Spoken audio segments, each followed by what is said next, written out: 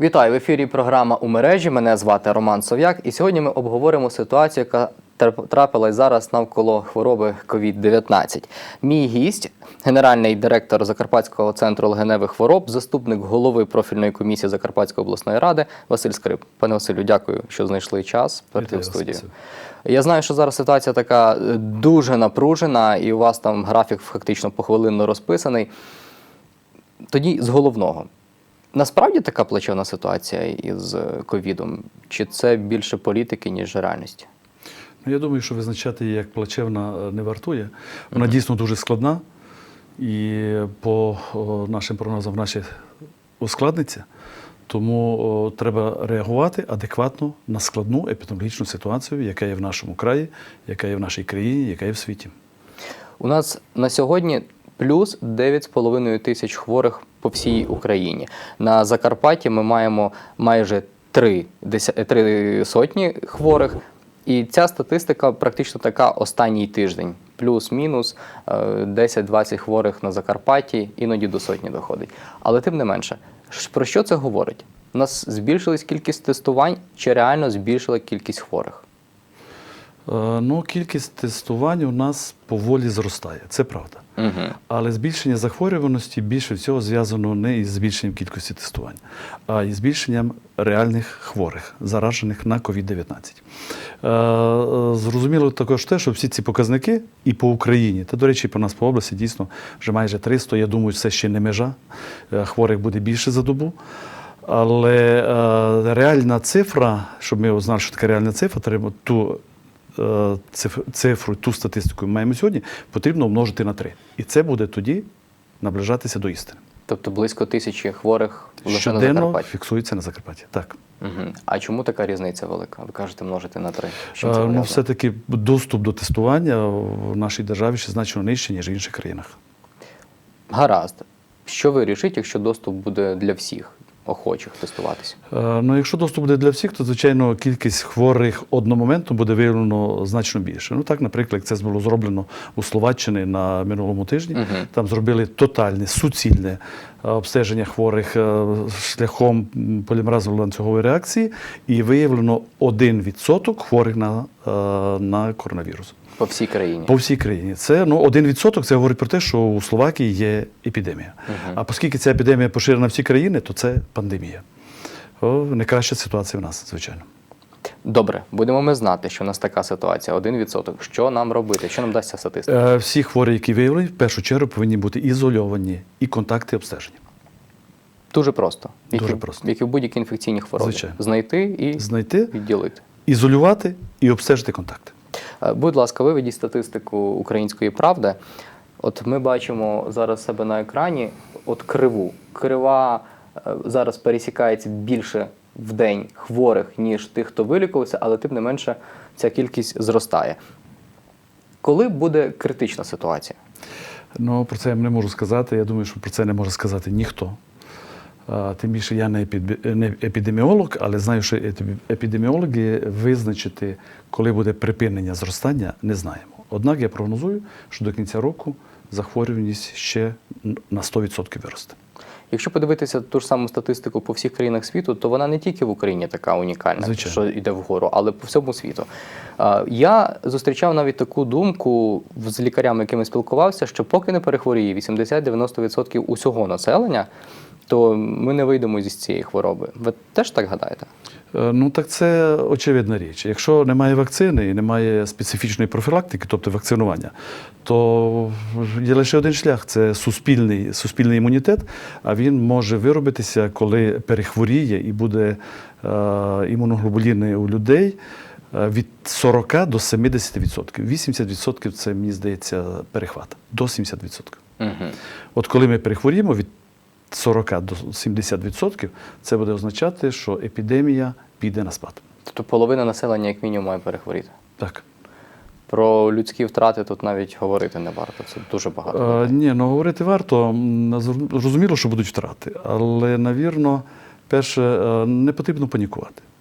Потрібно пам'ятати, що, скажімо, смертність, летальність від коронавірусу значно нижчі, ніж від того ж самого туберкульозу, від інфаркту, від від інсульта, від онкологічних захворювань, від політравм і так далі. Тому панікувати не стоїть. Я розумію настрої людей, оскільки смертність не така висока, як при тих патологіях, про які я вам сказав, але хворіють дуже багато одночасно. І це сіє паніку, яку допустити неможливо.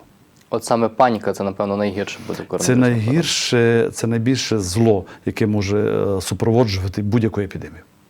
Але зараз, якщо відверто подивитися медіапростір Закарпаття, то в нас є паніка, і її частково навіть нагнітають. А, будь ласка, виведіть статистику за останній тиждень на Закарпатті. Насправді, якщо проаналізувати цю статистику, то найменша і найбільша кількість хворих виявлення за тиждень – це різниця в 100 людей, а це є 30%. І от поясніть мені, будь ласка, це з чим пов'язано? З тим, що нас погано тестують і є оці от скачки такі тижневі? Чи це звична ситуація, ми до цього маємо звикнути?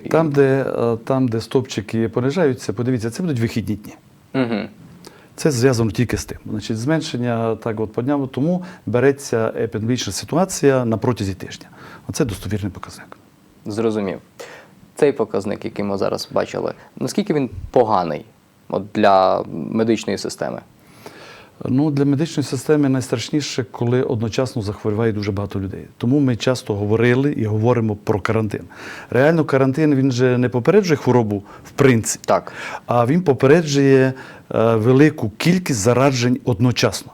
І він просто розтягує в часі отих хворих, які захворювають на цю недугу. От тому медицина, ви розумієте, медицина – це та галузь, яка обмежена своїми ресурсами. І вона обмежена не тільки ресурсами матеріальними, кількість ліжкомісць, обладнання, а ви розумієте, що серед населення є медичні працівники. І серед тих захворілих є велика доля медичних працівників. Майже 10%. І якщо захворіють медичні працівники, то ніяке обладнання нічого нам не допоможе. Тому ми в першу чергу просимо, чому ми волаємо до влади і до людей, що зберігайте карантин. Потрібно якомога менше мінімізувати людські контакти між собою. Тільки таким чином можна в часі продовжити низький рівень епідемії. У нас карантин з березня, і тоді, коли ще було буквально кілька людей хворих по всій країні, і навіть коли збільшили кількість тестувань, все одно їх було дуже мало. Мої колеги-журналісти зверталися до вас і до інших спеціалістів. І люди реально сиділи на карантині, той місяць-півтора. Чи достатньо багато зробила влада для того, щоб забезпечити медичну галузь усім необхідним хоча б на найближчі півроку? Ну, ви знаєте, сьогодні модно критикувати владу, але реально і в області, і в нас в державі все-таки приймалися міри, багато чого зроблено. У нас в області прийнята програма підтримки комунальних підприємств, куди здепоновано 153 мільйони гривень. Багато з них було використано і для придбання засобів індивідуального захисту, на обладнання, для підтримки медичних працівників. На центральному рівні Національна служба здоров'я України визначила 3 пакети ковідні. Це для амбулаторного лікування і для фінансування бригад, які забирають біоматеріал, і для стаціонарного лікування, де виділили значні кошти. І я вважаю, що багато чого зроблено. Не все залежить в цій ситуації від влади. Подивіться, і країни, які мають бюджети далеко, які не можна порівняти з українським бюджетом, Так. і не можуть справитися з цією ситуацією. Надзвичайно складна ситуація. Людство з такою проблемою ніколи не зустрічалося. І тут дуже багато невідомих ще й на сьогоднішній день. У вас зараз 50 ліжкомісць, тобто Так. 50 хворих ви можете одночасно лікувати. Як у вас із заповненістю? Ну, вже на протязі останніх 3 тижнів у нас 100% заповненість. Як ліжок терапевтичного відділення, так і реанімаційних ліжок. Реанімаційних 6, так? 6 ліжок. Угу. Чи можна розширити? Реально в нашому закладі розширення проблематичне, оскільки ми одночасно приймаємо також у хворі на бацилярні форми туберкульозу, чутливу, мультирезистентну, які розміщені в інших корпусах. Угу. Тому говорити про розширення наших можливостей, я думаю, передчасно. Гаразд. Скажіть, будь ласка, свою точку зору, як фахівця, як лікаря, чи варто взагалі тоді лікарні переобладнувати у шпиталі ковідні, так як зараз є розпорядження пана Степанова, міністра охорони здоров'я, до 10 листопада 2 лікарні в Ужгороді переобладнати фактично в шпиталі ковідні. Чи дасть цей хоча б якийсь результат і для чого це взагалі потрібно? ефект повинен датись. На сьогодні у нас є дефіцит ліжок, і хворим інколи важко пробитися до стаціонару, сімейним лікарям важко госпіталізувати тих пацієнтів, які сьогодні потребують стаціонарного лікування. Тому збільшення кількості ліжок і визначення окремих лікарень – це правильний крок.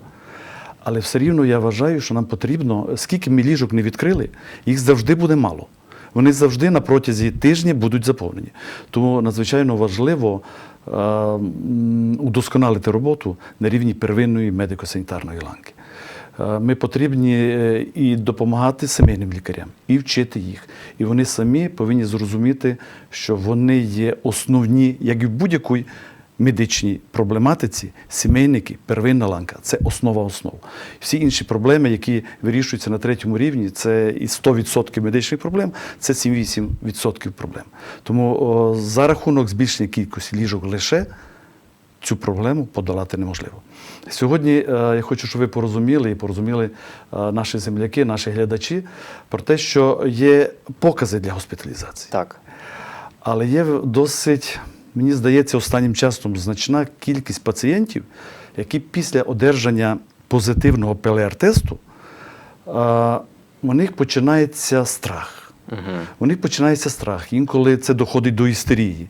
І вони правдами, неправдами пробують попасти на стаціонарне лікування, не маючи для того підстав чисто клінічних. Я розумію, це також величезна проблема. Отже, потрібно навчити і сімейного лікаря методиці психотерапевтичного ефекту. Потрібно зібрати серед медичної громадськості нормальних психотерапевтів, які повинні працювати і з пацієнтами, і з потенційними пацієнтами. Інакше у нас справи не підуть. Чисто з розширенням госпітальної бази ми цю епідемію, цю проблему не вирішимо. Тоді скажіть мені чисто теоретично, як має працювати сімейний лікар так, щоб другій, третій ланці лікарів, спеціалістів все менше приходило пацієнтів і ви могли нормально їх лікувати? От тих реально, хто потребує. Сімейний лікар повинен в абсолютно спокійному, розважливому темпі обстежити свого пацієнта, дати йому перші призначення. До речі, не починати з антибіотиків, те, що ми робили на протязі декількох місяців, бо ми впремося в іншу проблему. Так. Антибіотикорезистентності. І після ковіду, я вважаю, що соскальзую трохи з теми, ми можемо статися так, що після ковіду у нас не залишиться антибіотиків, які діють на патогенну і умовно патогенну флору. Це теж біда, яку потрібно прогнозувати. Сімейний лікар повинен чітко визначити, розказати пацієнту про що самоізоляцію, що таке самоізоляція, повідомити епідеміолога про контакти, які потрібно, і нормально, грамотно відслідковувати перебіг процесу. Потрібно пам'ятати, що у 80% випадків перебіг ковіду – це малосимптомна або безсимптомний варіант. І не потрібно рекомендувати цим пацієнтам обстежувати їх на КТ, і спрямовувати у стаціонар. Що стосується КТ, також у нас пішла епідемія, тільки ПЛР позитивне, давайте КТ. Не потрібно цього робити. Не потрібно цього робити. Ми робимо вже черзі на комп'ютерну томографію. Зрозуміло, що COVID-19, основний орган, який він вражає, це легені. Так. І мова йде не про пневмонію, це зовсім не пневмонія, це не запальний процес. Мова йде про фіброз легеневої тканини. І якщо ти вловиш нормально в часі, то обов'язково на КТ є зміни. Обов'язково зміни є, а ці зміни додають істерики пацієнту, додають неувіреності сімейному лікарю і переповнюють стаціонари. Не потрібно спішити з КТ. Воно нам в діагностиці великій і у тактиці лікування мало що дає. Я б попросив дослухатися до мене, бо є дуже багато пацієнтів, я вам скажу інше. Пацієнти, які поступають на стаціонарне лікування, і ми їм в динаміці робимо комп'ютерну томографію. Так. У них, як правило, 3/4 перебування свого часу в стаціонарі, в них рентгенологічна картина погіршується. Навіть тоді, коли в них суб'єктивно стан стає кращий. Картина на КТ не завжди є істиною. Не завжди. Не потрібно. От це зловживання цим методом діагностики часто нагнітає у ту паніку, про яку я говорив перед цим. Добре, тоді алгоритм дій має бути такий. Я звертаюся як пацієнт до свого сімейного лікаря, він мене обстежує, дає призначення і бажано без антибіотиків, якщо цьому немає потреби. Так? Звичайно. КТ – це зайве. Тільки якщо і тривалий час температура, Так. появився кашель, появилися симптоми задухи, Мгм. це інша справа. А от на всякий випадок зробіть ще КТ, цього робити не треба. Після того я маю ізолюватись і Да, дотримуюсь звичайно. рекомендацій лікаря. Да. Якщо стає гірше, тоді, звичайно, до обстеження, і тоді може стати питання про стаціонарне лікування. Чи багато, чи часто, отак сформулюю, чи часто до вас звертаються пацієнти, які реально не потребують госпіталізації? Звертаються, але не часто. Ну, думаю, чим це пов'язано? відсотків до 10. Все-таки ми робимо, от перед тим, як хворий поступає до мене, я часто прошу наших лікарів допомагати сімейникам, допомагати лікарям в інших районах і проводити співбесіду із хворим, який планується на госпіталізацію до нас. Ми визначаємо всі виклики, всі ризики, в тому числі і ризики при транспортуванні, і чи є сенс хворого переводити до нас, і чи він може лікуватися по місцю проживання або у лікувальному закладі по місцю проживання. На сьогодні ми маємо на Закарпатті виявлено від самого початку пандемії майже 16 тисяч хворих. Із них 10% – це лікарі, які перехворіли або які зараз хворіють. Коли чи скільки лікарів має захворіти, щоб просто не було кому обслуговувати? І як це зупинити? Питання складне, і питання для кожного закладу, воно вирішується по-своєму. Ну, наприклад, я боюся наврочити, але ми з 22 квітня, Дерев'яний, можна ми ступити. з 22 квітня приймаємо хворих на ковід. У мене у ковідній зоні працює від 70 до 80 чоловік. Угу. За ці півроку в нас не захворів жодний медичний працівник, який працює в прямому контакті із хворими на ковід. Тобто прямо на роботі ніхто не підчепив, слава Богу. Да. Мало того, ви ж розумієте, що вони ж не працюють постійно, вони йдуть додому, спілкуються з родинами, ходять в магазини, в банки, в транспорті. Поки що ніхто з них не захворів. Це говорить про те, що вони просто навчені протиепідемічній роботі, вони розуміють глибоко цей епідеміологічний процес, і вони не дають послаблення ні собі, ні членам своєї родини. Вони всі здорові. Чи буде так вічно? Ні. Рано чи пізно ми теж. Але я дивлюся в інших закладах, там є інші проблеми, там скоріше захворіли. Тому медичних працівників потрібно оберігати. Їх потрібно дуже важливо дякувати їм за їх роботу. Ми в своєму закладі, звичайно, перед приходом на роботу ми всі робимо термометрії, ми всіх дивимося. Періодично ми обстежимо всіх методом тестування ПЛР. Так. І ми обстежуємо періодично всіх тестуванням імуноферментним аналізом.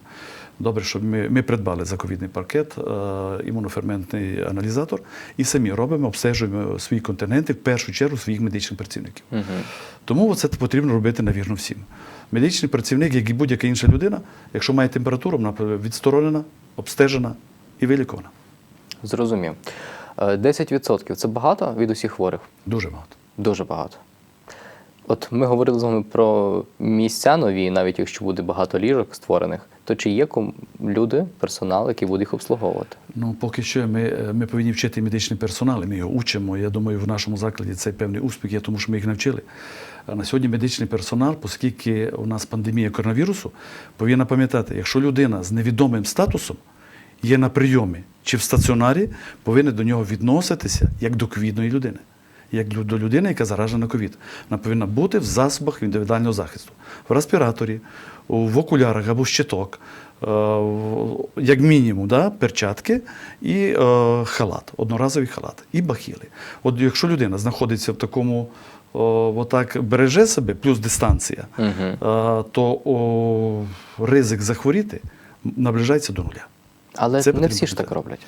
Ви ж це повинні робити. Ви ж бачите, що так не буває. Чия це відповідальність? Керівника закладу? Чи це безпосередня відповідальність лікаря, який це робить? Тут є відповідальність, навірно, і керівника закладу, і керівника підрозділу, та й лікаря самого також. Угу. Тому що керівник закладу повинен забезпечити цим всім необхідним, а керівник структурного підрозділу повинен проконтролювати, щоб медичний працівник цим користувався. Якщо говорити конкретно про ваш заклад, чи вистачає вам апаратури, медикаментів, засобів індивідуального захисту і так далі? Вистачає. Засобів індивідуального захисту вистачає. Обладнання на сьогоднішній день вистачає. Хочу вам сказати, що ми розпочинали роботу, маючи 4 ШВЛ. Так. Сьогодні маємо 8. Із них 3 високого класу, це експертного класу. Ми придбали гемолітичний аналізатор. Ну, я думаю, багато чого ми придбали, і ми сьогодні стоїмо набагато краще, ніж колись. Що стосується медикаментів, то ми забезпечуємо своїх хворих майже на 100%. Є один препарат, дороговартісний, який ми раніше не купували. Угу. Не купували, ми обходилися без нього. І в нас є 7 випадків, коли хворі самі купили його, цей препарат. Тепер я вирішив все-таки і цей дороговартісний препарат придбати для нашого закладу. І якщо до цього часу у нас було під 100% забезпечення медикаментозне, я думаю, через тиждень буде 100%.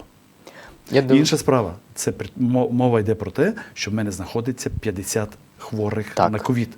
Якщо станеться форс-мажор, заставить нас якось розширити, але пакет вже не розширяється, тоді ситуація з забезпеченням може ускладнитися також. Якщо подивитися статистику, кількість ліжок, які виділені для ковідних хворих по всій області, то найбільше це переважно районні лікарні. Де, відверто кажучи, не кривлячи душею, гірша ситуація із забезпеченням завжди була, ніж в обласних лікарнях чи в обласному центрі. Там, от ви спілкуєтесь, напевно, зі своїми колегами, яка там ситуація? Ситуація там непроста, але дивіться, від початку роботи закладів першої хвилі і до відкриття другої хвилі прийшло 5 місяців. Це було достатньо часу для того, щоб підготуватися до епідемії. Це знову зона відповідальності, про що ми говорили? Звичайно. Окей. Це ми залишимо на розсуд самим керівникам звичайно. І правоохоронним органам. Ні. Ми не органам ні. Давайте допомагати, а не отак. Червона зона. У нас значна частина Закарпаття потрапила в червону зону, і ті обмеження, які зараз введені, не їздить громадський транспорт, не працюють освітні заклади, і теоретично не мали би працювати інші заклади. Чи це дозволить призупинити кількість хворих? Хочеться вірити, що дозволить. Ситуація, ви розумієте, я теж проти карантину, як людина. Угу. Я теж хочу піти повечеряти в ресторан. Я теж хочу відмітити ювілей. Я теж хочу жити нормально, так і всі ми. Але поки що ситуація епідемічна така, що вона цього не дозволяє. Я за те, щоб карантин відмінити. Але я за те, щоб для цього було підґрунтя. Я хочу, щоб була достовірна статистика, яка дозволить нам вийти з цього карантину. А вийти з карантину без обмежувальних заходів, це неможливо, це нонсенс. Люди не носять маски, елементарно навіть в магазині. Як їх примусити? Треба, не знаю, штрафи якісь вести? Навірно, якісь дисциплінарні міри потрібно. Людина, якщо не розуміє, якщо в нього не працює друга сигнальна система, отже, вона не аналізує і не синтезує, тоді приходить в ній виробляти умовний рефлекс. А умовний рефлекс можна виробити лише больовими, у лапках, больовими методами. Це штраф. Як мінімум бити по гаманцю, так? Так. Як ви гадаєте, якщо все-таки Верховна Рада, бо навіть зараз такий розглядається законопроект, введе штрафи за неносіння масок обов'язково в громадських місцях, або публічних, як вони визначають, тут є така невеличка колізія, тому що публічне місце – це навіть вулиця. Постійне носіння маски. Це добре чи ні? І чи це потрібно? Потрібно. Я вважаю, що потрібно. Але глядачі можуть сказати, чому ви зараз сидите в аудиторії, у вас у студії без масок. По-перше, у нас є дистанція. Ми тут двоє, і ми один одному віримо, в нас немає температури, ми себе добре почуваємо. Але маски потрібно носити. Це носіння масок, держати дистанцію, чисті руки. Це повинно війти в культуру нашого життя. Повернення до того життя, яке було до ковіду, вже не буде. Світ до цього вже не повернеться. Нам потрібно жити з цими обмежувальними заходами. Мені сподобалося, як хтось сказав, маска не спасає від ковіду. Так само, як парасолька не спасає від дощу. Правда? Не спасає, але допомагає. Тому це потрібно пам'ятати, і масковий режим у нас буде обов'язковий і ще багато місяців наперед. Скажіть мені, будь ласка, що треба зробити для того, щоб подолати пандемію? Або не зробити? Ну, ідеальний варіант це ефективна вакцина і суцільне щеплення. Ну, це ідеальний варіант. Як гадаєте, от ми буквально минулого місяця спілкувалися в цій же студії з вашим колегою і обговорювали щеплення. У нас лише 50% закарпатських дітей, я не говорю навіть про доросле населення, щеплені на сьогодні. А ми хочемо зробити щеплення всім, що вакцину якої навіть немає. Міняється ситуація, міняється менталітет, страх – велика справа. Давайте вам приведу такий приклад. Ми в закладі закуповуємо вакцину від грипу. Щорічно. І щорічно в мене була проблема, ніхто не хотів щепитися з медичних працівників у закладі. І я не набирав 50 чоловік, які б хотіли добровільно прищепитися від грипу. На сьогоднішній день ми на протязі тижня цього придбали вакцину від грипу, і в мене величезний попит на цю вакцину. Всі працівники хочуть вакцинуватися. Всі буквально. Ситуація помінялася, і вони чітко розуміють, що коли наслоїться епідемія на епідемію, це може призвести до дуже ускладнення із власним станом здоров'я. І всі працівники хочуть вакцинуватися. То, думаю, в цій ситуації, коли появиться, дай Бог, вакцина від коронавірусу, бажаючих прищепитися буде 90%. Дуже багато. Ну, я сподіваюся, що так і буде. І на завершення мені цікава ваша думка і, в принципі, як показує практика. Чи часто так трапляється, що у вас є пацієнти і з туберкульозом, і з ковідом, і що ви робите в такій ситуації? 8 чоловік. Я вибачаюся. На сьогоднішній день мікста туберкульоз плюс ковід, у нас 8 чоловік було, всі вони госпіталізуються в ковідне відділення в окремі палати. Угу. Тільки так. Наскільки складний стан таких пацієнтів? Складний стан. Із 8 таких хворих 1 помер. Вік грає роль? Хворі на туберкульоз, як правило, це невеликий вік, це були всі пацієнти середнього віку. Угу. А в принципі, вік у цій хворобі грає роль? Грає, звичайно. Якщо при ковіді, ви ж розумієте, як правило, людина помирає не від самого ковіду, а ковід – це та інфекція, яка загострює, реактивує всі патології, всі хвороби, які знаходяться в нашому організмі у латентному або у затихшому виді. Всі хвороби реактивуються, буквально всі, в тому числі туберкульоз. Тому реально ви розумієте, а з віком, а чому вік має значення? А з віком хвороб людини хронічних стає все більше і більше.